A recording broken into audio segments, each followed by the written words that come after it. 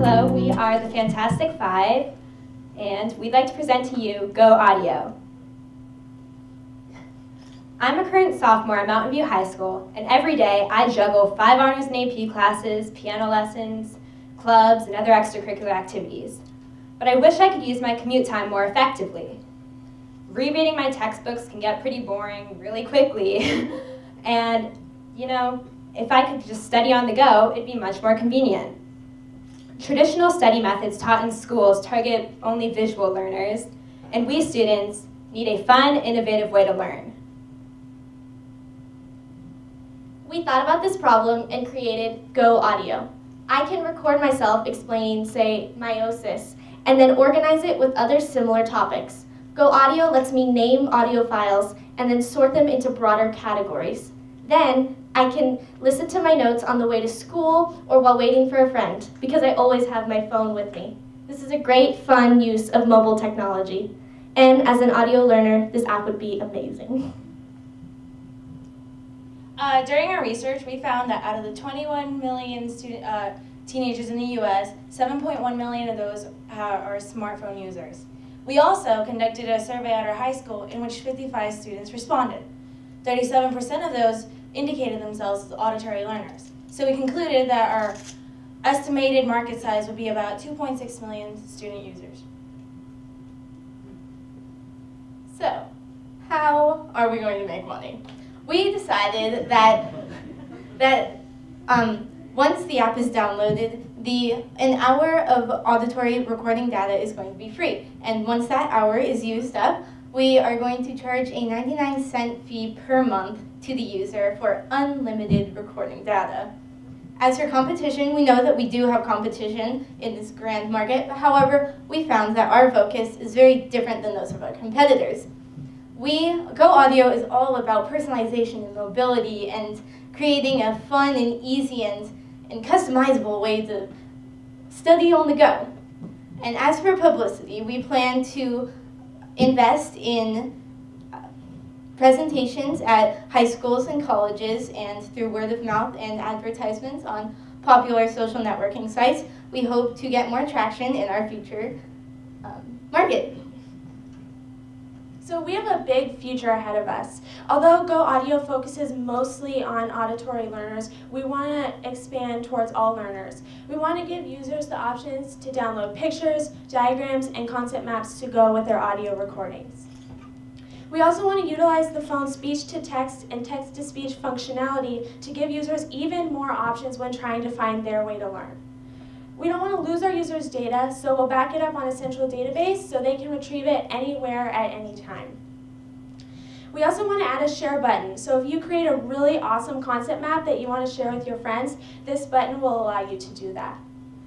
We've also noticed that there's a large untouched market in public speaking, and Emma, as an actress, can use Go Audio to record her scripts and monologues and playback on the go to help improve her performance. Thank you.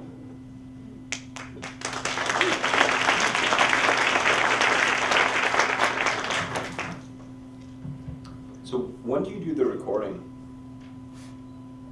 Sorry? When do you do the record? Like, well, you know, in the course of the day, when do you record and when do you listen to the recording?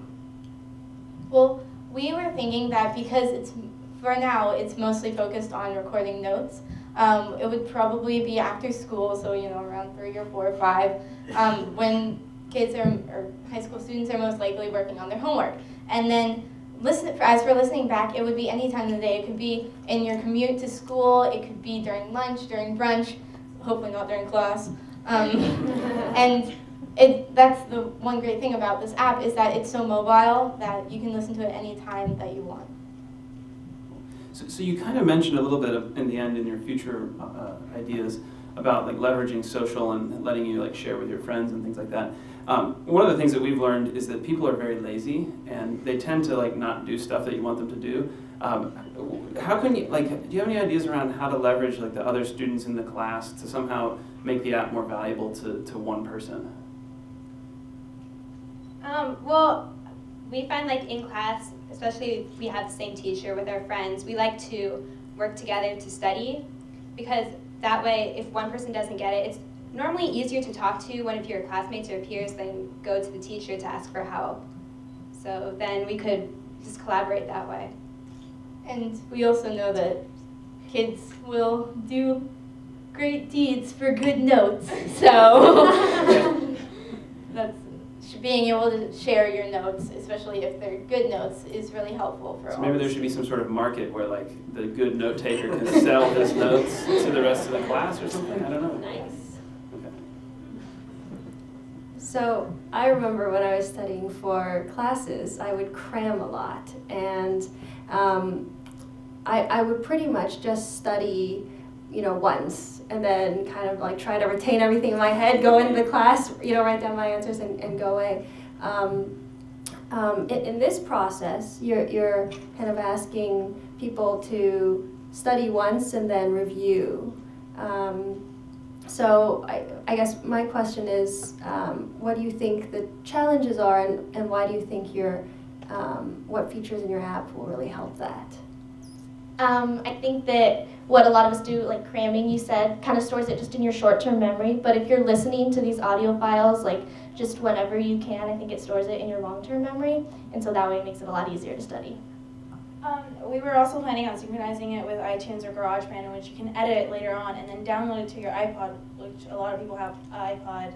And that it could just play on your playlist. And then, for instance, if one of us made a photosynthesis rap, it would be replaying, and just sometimes on like shuffle, it'll just automatically pop up and you'll remember, oh, okay, I need to review this again. How do you spread the app? How do people find out about it? Well, that's what we were focusing on with on advertising on popular social networking sites and through word of mouth, and also, pitching it to our audience, which is high school and college students, and it would be most useful for them. So if we tell them about it, then hopefully they will be able to use it. And also introducing it to the different college teachers or high school teachers, and then they can talk about it to their classes and show the pluses of using our app. One more question. When you're talking about marketing, as Yonda said, what might be that big benefit for people who are not audio learners? Any thoughts?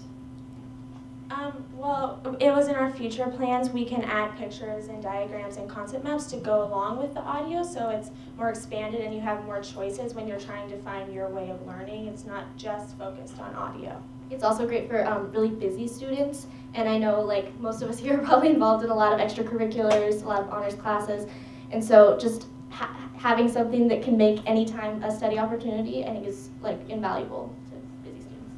Oh, and also, how we can memorize a song after listening to it 2 times, and so even if you are not necessarily, you don't think of yourself as an auditory learner, it's still a really useful thing, because even if you don't realize it, you're still going to be learning it. Yeah, I love being able to shorten my time actually studying. That would be a great benefit, and then you spend other drive times studying. That's pretty cool. Thanks.